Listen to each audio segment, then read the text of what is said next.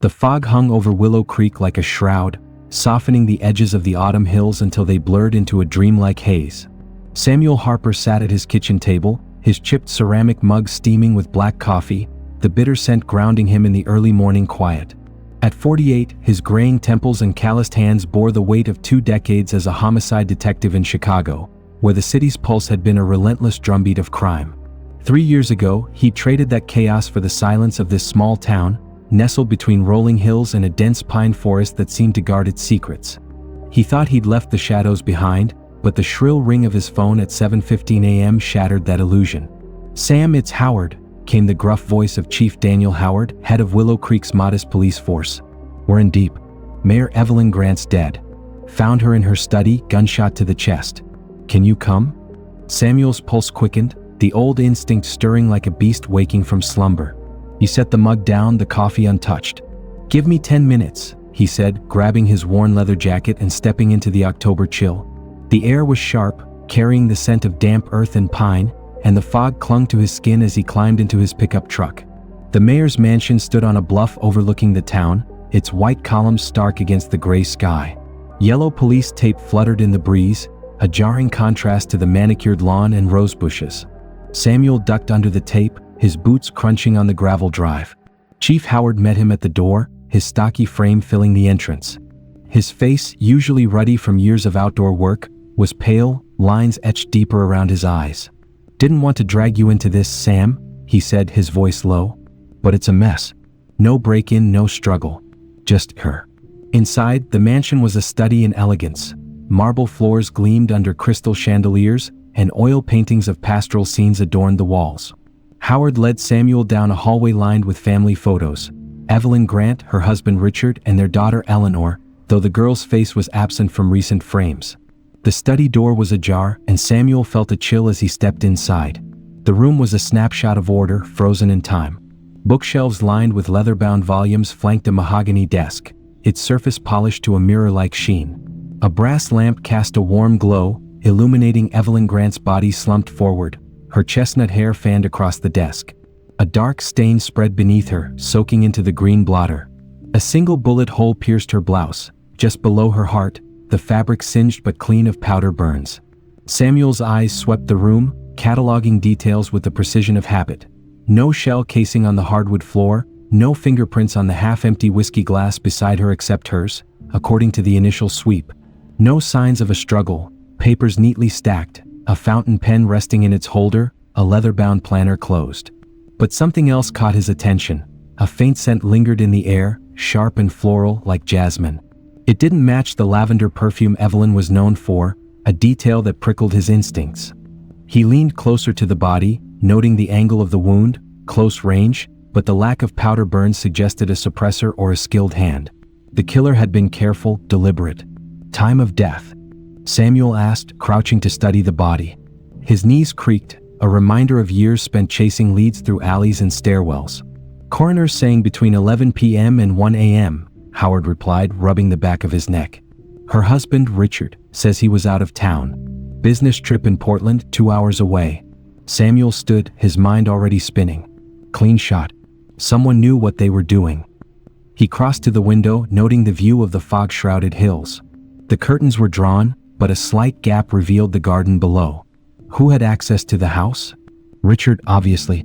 Her assistant, Tom Harris, was here late last night working on some council prep. Maybe her daughter, Eleanor. She's been back in town a week, though they weren't close. And, well, Evelyn had enemies. That land deal she was pushing stirred up a hornet's nest. Samuel nodded, his thoughts snagging on the land deal. Evelyn Grant, 52, had been a force in Willow Creek, charismatic, relentless, and polarizing. Her plan to sell acres of protected forest land for a luxury development had split the town, pitting economic growth against environmental preservation. Protesters had picketed Town Hall, their signs decrying greed over green. Whispers of corruption had swirled, though no proof had surfaced. Evelyn's supporters saw her as a visionary, her detractors called her a sellout. "Get that whiskey glass to the lab," Samuel said, pointing to the crystal tumbler. "And I want a list of everyone who saw her yesterday. Colleagues, friends, enemies, anyone." Howard nodded, signaling an officer to bag the glass. "You sure you're up for this, Sam? You left all this behind for a reason." Samuel's jaw tightened. Yeah, well, it found me. He stepped onto the porch, the fog curling around the hills like a living thing. The town below looked serene, its church steeple piercing the mist, but Samuel knew better. Willow Creek was no longer the haven he'd sought. Something dark had taken root, and he was about to unearth it. He drove back to the station, his pickup rattling over the uneven roads. The jasmine scent lingered in his mind, a puzzle piece that didn't fit. The clean crime scene, the missing shell casing, the precise shot, they all pointed to someone with skill, someone who knew Evelyn well enough to get close. By the time he parked at the station, Howard had sent over a preliminary report. No forced entry, no security cameras at the mansion, and no witnesses, at least none who'd come forward. Samuel settled into the station's cramped interview room, a notepad open before him, the pen's weight familiar in his hand. The hunt was on. He lit a cigarette outside the station, a habit he'd mostly kicked but indulged when a case gnawed at him. The smoke curled into the fog and he exhaled slowly, watching the town wake up. Shopkeepers swept their sidewalks, oblivious to the darkness that had settled over their mayor's mansion. Samuel stubbed out the cigarette and went inside, ready to meet the suspects. The jasmine scent was his first thread, and he'd tug it until the whole thing unraveled. The police station's interview room was a far cry from the mayor's mansion. Peeling paint clung to the walls, a flickering fluorescent light buzzed overhead, and the table was scarred with years of coffee rings and scratched initials. Samuel sat with his notepad, the pen tapping a steady rhythm as he prepared to meet the suspects. Howard had rounded up 5 key players, each with a reason to want Evelyn Grant dead. The jasmine scent lingered in Samuel's mind, a clue that felt personal, intimate, like a signature left behind. Richard Grant was first, striding in with the confidence of a man accustomed to power.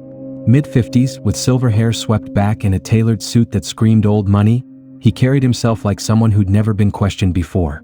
His eyes were red-rimmed, betraying grief or guilt, but his voice was steady as he slid a hotel receipt across the table. I was in Portland, he said, his tone clipped. Left yesterday morning at 7 a.m., got back when I heard the news. Checked the receipt, Hilton, downtown. Samuel studied it, noting the date and time.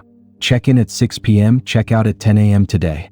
Portland was 2 hours away by car, close enough for a round trip under cover of night. Any trouble at home? Samuel asked, watching Richard's face for cracks. The man's jaw tightened, a muscle twitching under his cleanly shaven skin. Evelyn was married to her work. Always was. We had our disagreements, sure. Every marriage does. But I loved her. His pause was heavy, a shadow passing over his features. Samuel caught it, a flicker of something unspoken, maybe resentment, maybe pain. He jotted down * Richard. Marriage strained? Verify Portland alibi. * next was Victoria Lane, a local businesswoman whose sharp cheekbones and designer heels seemed out of place in the dingy room. She owned Lane Properties, a real estate empire that had lost a multi-million-dollar contract to Evelyn's land deal. Victoria sat with her arms crossed, her navy blazer crisp, her dark hair pulled into a sleek ponytail. Yes, I argued with her last night at the town hall, she admitted, her voice crisp, like she was negotiating a deal. She screwed me out of that forest contract. Cost me a fortune, $3 million, maybe more. But I left at 9 p.m. and went to the Rusty Anchor. Asked the bartender Joe. He'll tell you. Samuel jotted it down, noting her defensiveness. Victoria's anger was palpable, a controlled burn behind her cool exterior. He leaned forward. What was the argument about? Just the contract. Her eyes flicked away just for a moment. Mostly. She was smug about it, said the town needed her vision, not mine. We didn't see eye to eye. Her perfume wafted across the table, spicy like cloves, not jasmine. Another mismatch. Samuel made a note. * Victoria, verify bar alibi. Motive, business loss. * Tom Harris, Evelyn's assistant, was a nervous wreck. Early 30s, with thinning hair and a habit of tugging at his sleeves, he looked like he hadn't slept in days. He sat hunched, his hands fidgeting in his lap, a faint sheen of sweat on his forehead. I was with her until 10:30, going over her schedule for the council meeting, he said, his voice shaky. She was fine when I left. I went home, watched some TV, some late-night talk show, I think. Jimmy Fallon, maybe.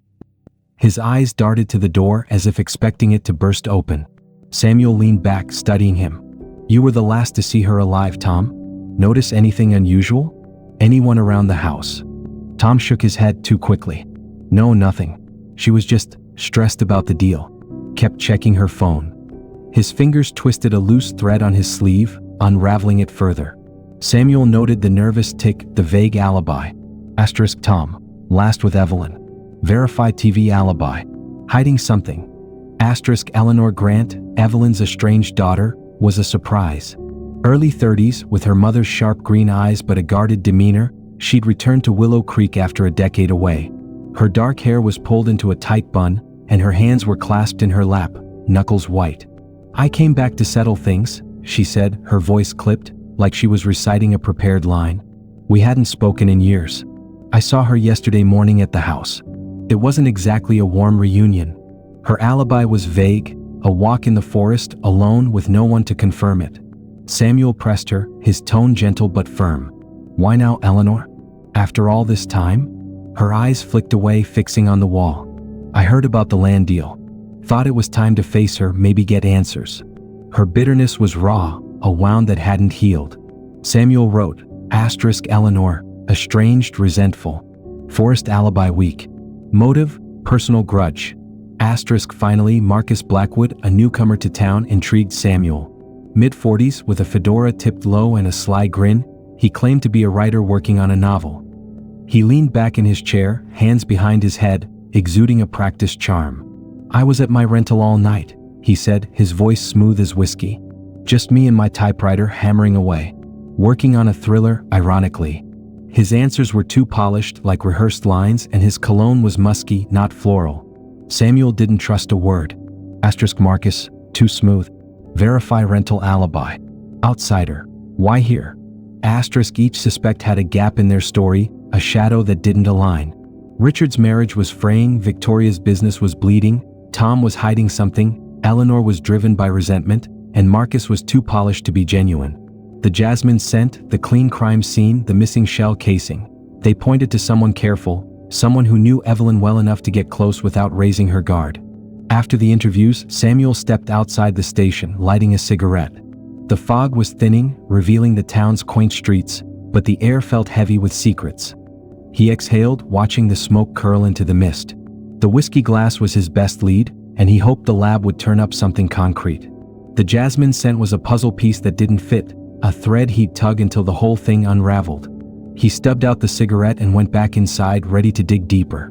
The afternoon sun did little to warm the mayor's mansion as Samuel returned to the study, his boots echoing on the hardwood floor. The room was still pristine, a time capsule of Evelyn's final moments. Officers had cordoned off the area, but Samuel waved them aside, needing space to think. He paced the room, his eyes scanning every detail, the neatly stacked papers, the closed planner, the fountain pen in its holder. The whiskey glass caught his eye again, its crystal surface glinting under the brass lamp. A faint smudge of coral pink lipstick stood out, a bold shade Evelyn never wore. Her makeup, always understated, favored muted tones, beige, soft pink. This was different, vibrant, almost defiant. He bagged the glass and sent it to the lab, his mind turning over possibilities. Stepping to the window, he noticed a trampled flower bed beneath it. The soil churned as if someone had stood there for some time. Kneeling, he found a clear imprint, size 7 footprints, likely a woman's. The tread pattern was distinctive, a common sneaker brand with a worn heel, suggesting frequent use. He snapped photos with his phone, his pulse quickening. Someone had been here, watching or waiting, and they'd left in a hurry. The footprints didn't match the polished interior of the study, where no dirt had been tracked in. The killer had been careful but not perfect. A knock at the door broke his focus. Lily Carter stood on the porch, her brown curls bouncing as she shifted her weight. At 22, she was a bundle of energy, an aspiring journalist who ran a local blog called Creek Chronicles.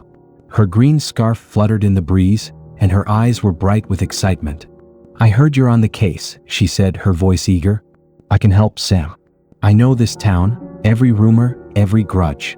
People talk to me." Samuel frowned, crossing his arms. "This isn't a story for your blog, Lily. People get hurt playing detective. You're a kid, not a cop." "I'm not a kid," she shot back, her cheeks flushing. "I'm 22 and I've been stuck writing about bake sales and town fairs. I want to learn, Sam. Let me prove I can do more than fluff pieces." Her earnestness disarmed him. He remembered his own hunger as a rookie, the need to prove himself. Against his better judgment, he nodded. "Fine. Talk to the neighbors." Ask if anyone saw or heard anything last night. But you report to me and you stay out of trouble. No ruix. Lily grinned, practically bouncing. You got it, detective. I won't let you down. Hours later, she returned to the station, breathless, clutching a crumpled piece of paper. Found something, she said, holding it out. It was under the desk, wedged in a crack by the leg. The cops missed it completely. The note, inked in blue, read, asterisk, meet me at midnight. We need to talk. Asterisk, the handwriting was neat, almost too precise, like someone trying to disguise their natural style. Samuel's pulse quickened. This wasn't a random killing. Someone had lured Evelyn, or tried to. The note suggested a meeting, but the sedative in her system meant she was likely unconscious by midnight. Good work, he told Lily, tucking the note into an evidence bag. Now keep this quiet. No blogging, no gossip, not a word to anyone. Lily nodded, her eyes wide. I swear, Sam. This is serious. I get it. Samuel drove to the lab, the note burning a hole in his thoughts. The handwriting was a lead, but he needed more. The footprints suggested a woman, but none of the female suspects, Victoria or Eleanor, had mentioned being outside the study. The jasmine scent was still a mystery, a thread that didn't connect to anyone yet. He dropped off the note for analysis, asking for a rush on the handwriting comparison, and headed back to the station. The fog was lifting, but the case was growing murkier.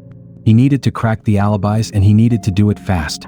Back at the station, he spread out his notes, the suspects' faces swimming in his mind. Richard's strained marriage, Victoria's financial loss, Tom's nervousness, Eleanor's resentment, Marcus's slick charm. Each had a motive, but none fit perfectly. The jasmine scent was the key, a signature the killer hadn't meant to leave.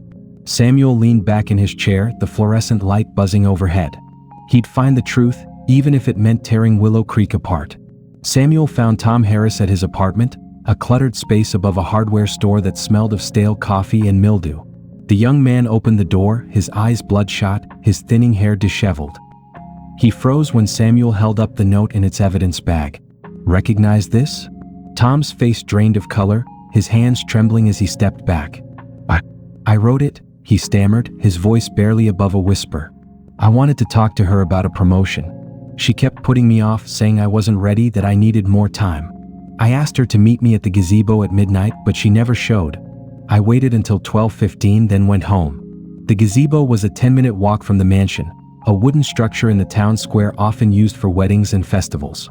Samuel's eyes narrowed, studying Tom's twitching fingers. You were at the Rusty Anchor until 11:30, right? Tom nodded, tugging at his sleeve. Yeah, I stopped there after leaving the mansion. Had a beer, maybe two. Needed to unwind. Samuel drove to the Rusty Anchor, a dimly lit bar with sticky floors and a jukebox playing old country tunes. The bartender, Joe, a burly man with a gray beard, leaned on the counter, wiping a glass. Yeah, Tom was here, he said, squinting. Came in around 10:45, left about 11:30. Looked like he had the weight of the world on him, nursing his beer like it was his last. That left a tight window. Tom could have left the bar, returned to the mansion, killed Evelyn, and made it to the gazebo by midnight. But the coral pink lipstick didn't fit, and Tom's nervous energy felt more like fear than guilt. Samuel thanked Joe and drove back to the station, his mind chewing on the timeline. Tom's story was shaky, but the sedative in Evelyn's system required planning, not a spur-of-the-moment act. The lab called with results. The lipstick was Coral Sunset, a high-end brand sold at a boutique in town. Samuel drove to Victoria Lane's sleek office downtown, where she sat behind a glass desk, her posture rigid. Her navy blazer was crisp, her dark hair pulled back, but her eyes betrayed a flicker of unease when Samuel mentioned the glass. I was at Evelyn's last night, she admitted after he pressed her, her voice tight. We had a drink to clear the air about the contract. Things got heated, but we parted civilly at 10 p.m. She was alive. You left your lipstick on her glass, Samuel said, watching her closely. Victoria's composure cracked, her fingers tightening around a pen until her knuckles whitened. I must have used her glass by mistake. It was a tense night, okay? I wasn't thinking about whose glass was whose. Her story held, but Samuel caught a flicker of something, shame maybe, or fear. He noticed her perfume again, cloves, not jasmine. Another dead end. Back at the station, Samuel pored over the timeline. Tom's note suggested a meeting, but Evelyn was dead by midnight, likely sedated by 11:30. The coroner's report confirmed a fast-acting benzodiazepine, administered 30 minutes before the gunshot. Tom's window was too narrow for that kind of precision. Victoria's lipstick was a clue, but a neighbor had seen her car leave the mansion at 10:05, corroborated by a traffic cam. The jasmine scent was still a ghost, haunting every lead. Samuel leaned back, rubbing his temples. The killer had planned this, luring Evelyn into a vulnerable state. The note, the sedative, the clean shot, they all pointed to someone with access and intent. He needed to dig deeper into the suspect's alibis, and he needed that handwriting analysis. The jasmine scent was the key, but it didn't match anyone yet. He glanced at his watch, 6 p.m. The day was slipping away and the killer was still out there. Marcus Blackwood's rental was a small cabin on the edge of town, surrounded by pines that seemed to lean in, listening. Samuel knocked, catching Marcus mid-sentence on a phone call. "Gotta go," Marcus said, hanging up quickly, his voice smooth but rushed. His fedora sat on a table, its brim casting a shadow across a stack of papers. The cabin was sparse: a typewriter, a few books, a coffee mug with a chipped rim. It felt staged, like a set for his writer persona. "Enough with the act," Samuel said, leaning against the doorframe, his arms crossed. "What's your real story, Marcus?" Marcus sighed, his charm slipping like a mask. He pulled a private investigator's license from his wallet, tossing it onto the table. "Eleanor Grant hired me to dig into Evelyn's land deal. She thought her mother was taking bribes from developers. I was getting close to something big." Samuel's eyebrows rose, his mind racing. "What kind of something?" Marcus shrugged, his grin returning but less confident. "Let's just say Evelyn wasn't as squeaky clean as she seemed. I was tailing her, digging into her finances.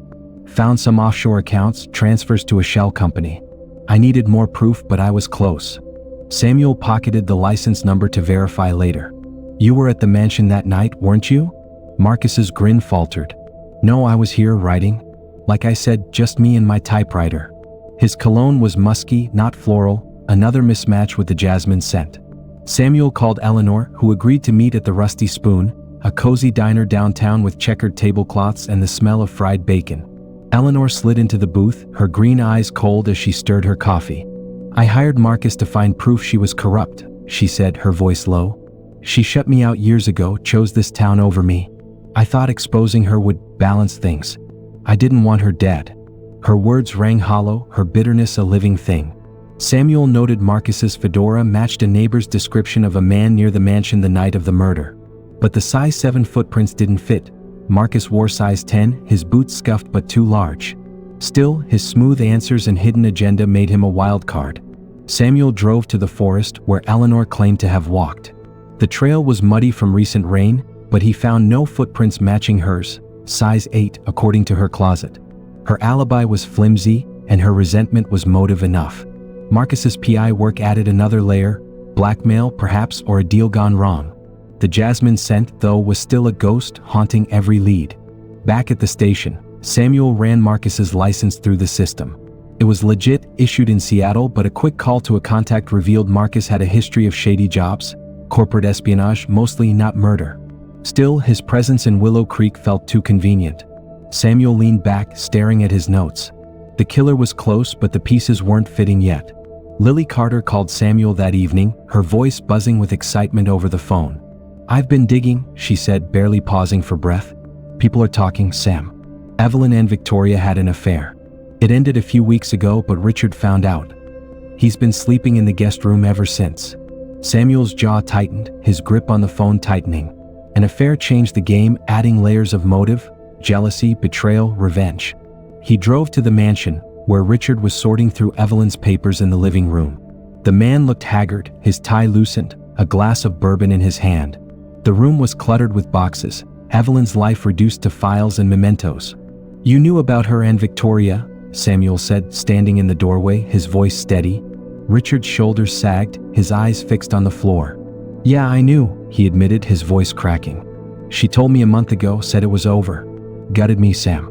I thought we were past it, but it changed everything." He took a shaky sip of bourbon, his hand trembling. Samuel pressed him. "Where were you last night, Richard?" "Really?" "Portland?" he insisted, meeting Samuel's gaze. "I was at the Hilton, like I said. Meetings all day, dinner with a client. I didn't get back until this morning." Samuel pulled strings with a contact in Portland to check the hotel's security footage. Richard checked in at 6 p.m. but left at 9 p.m., returning at 3 a.m. He could have driven back to Willow Creek, killed Evelyn, and returned. But the lack of forced entry suggested Evelyn trusted her killer. Richard's anger felt raw, not calculated, and his cologne was woody, not floral. Samuel met Lily at a coffee shop to debrief, the aroma of espresso grounding him. "You're good at this," he admitted, sipping his drink. "But you're playing with fire. Stay sharp and don't get too close." Lily grinned, her notebook filled with scribbles. "I found something else." A shopkeeper near the mansion saw a tall figure in a dark coat leaving at 12:20 a.m. Couldn't tell if it was a man or woman, but they were moving fast. Samuel's mind flashed to the size 7 footprints. He asked Lily her shoe size, a sudden suspicion nagging at him. 7, she said, then froze, her eyes widening. "Wait, I walked by the mansion at 11:45 p.m. I saw someone in a fedora go in. I was just passing by, Sam." Her sneakers didn't match the tread in the flower bed, but her presence near the scene was a wrinkle he didn't need. Marcus's fedora matched the description, but the sedative pointed to premeditation, and his story about digging for dirt didn't fully explain the precision of the crime. Samuel thanked Lily and sent her home, his mind churning. The affair, the footprints, the note, everything was connected, but the jasmine scent was still a missing piece. The coroner's report landed on Samuel's desk the next morning. Evelyn had a sedative in her system, a fast-acting benzodiazepine, likely administered 30 minutes before the gunshot. The drug would have left her drowsy, vulnerable, unable to fight back. This wasn't a crime of passion. It was planned, deliberate. Samuel revisited Tom's note, the handwriting confirmed as his by an expert. A neighbor corroborated Tom's story, seeing him at the gazebo at midnight, pacing under the string lights. He couldn't have been at the mansion when the shot was fired. Samuel returned to the mansion, studying the study again. The flowerbed footprints were still there, preserved under a tarp he'd requested. The size 7 tread was clear, but none of the female suspects, Victoria or Eleanor, wore that size. Victoria was a 9, Eleanor an 8, according to their closets. Lily's admission about passing by the mansion nagged at him, but her sneakers didn't match the tread pattern. He called Lily. "That figure you saw, any details besides the fedora?" She hesitated, her voice uncertain. "It was dark, but they moved fast like they didn't want to be seen. Tall, maybe 6 feet. I couldn't tell much else." Marcus was 6'1".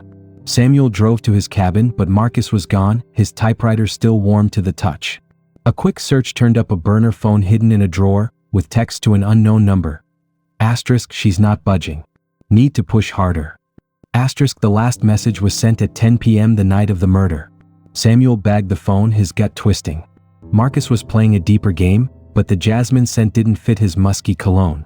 Back at the station, Samuel ran the phone's number through the system, but it was a dead end, unregistered, likely a prepaid burner. The text suggested Marcus was pressuring Evelyn, possibly for blackmail, but the sedative and the clean shot pointed to a level of planning he hadn't expected. Samuel needed to shake things up, force a mistake. Samuel decided to take a risk. He gathered the suspects at the station, a bold move to force a reaction. The interview room was packed. Richard, Victoria, Tom, Eleanor, and Marcus, all eyeing each other with suspicion. The air was thick with tension, the fluorescent light buzzing overhead. Samuel paced, his voice calm but firm. "The killer left a trace," he said, locking eyes with each of them. "Perfume. Only one of you wears it." It was a bluff, but it worked. Marcus's hand twitched, his charm replaced by a sheen of sweat on his forehead. Samuel zeroed in, stepping closer. "You were blackmailing Evelyn, weren't you?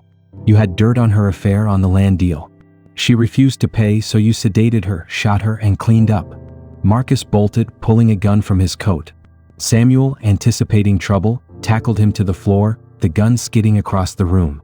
Officers rushed in, cuffing Marcus as he snarled, "I didn't mean to kill her. I just wanted the money. She laughed at me, said I had nothing." The jasmine perfume, he admitted under pressure, was his girlfriend's, borrowed to throw off suspicion. He planned to scare Evelyn, spiking her whiskey with a sedative from a contact in Seattle. But when she reached for her phone, threatening to call the police, he panicked, shooting her with a silenced pistol he'd brought as a last resort. He'd cleaned the scene, taking the shell casing, but missed the lipstick smudge and the footprints in his haste. Something didn't sit right. Marcus's confession explained the mechanics, how he'd done it, but not the full motive. Samuel interrogated Eleanor, pressing her on Marcus's role. They sat in the interview room, her green eyes darting to the door as if planning an escape. "What did you know, Eleanor?" Samuel asked, his voice low but unrelenting. "You hired Marcus. What did you tell him to do?" Her icy facade cracked, tears welling as her hands shook. "I knew he was going to confront her," she admitted, her voice breaking. "I told him to handle it. I thought he'd expose her, ruin her reputation. I hated her, Sam. She chose this town over me, left me when I was 16.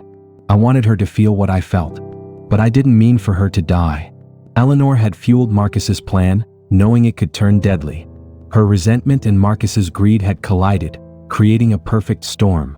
She'd given him the sedative, stolen from a pharmacy where she'd worked years ago, and encouraged him to make her pay. Both were arrested, their motives intertwined, Marcus's greed and Eleanor's vengeance. Samuel sat in his kitchen, the case closed. The fog had lifted from Willow Creek, but the town's innocence was gone. Lily stopped by, her eyes bright with determination. "I'm going to be a detective someday," she said, clutching her notebook. "You showed me what it takes, Sam." Samuel smiled, seeing his younger self in her. "Keep asking questions, kid. Never stop. But be careful what you dig for." Lily nodded, her grin fierce. "I will. Thanks for trusting me." Samuel poured her a coffee, the steam curling between them.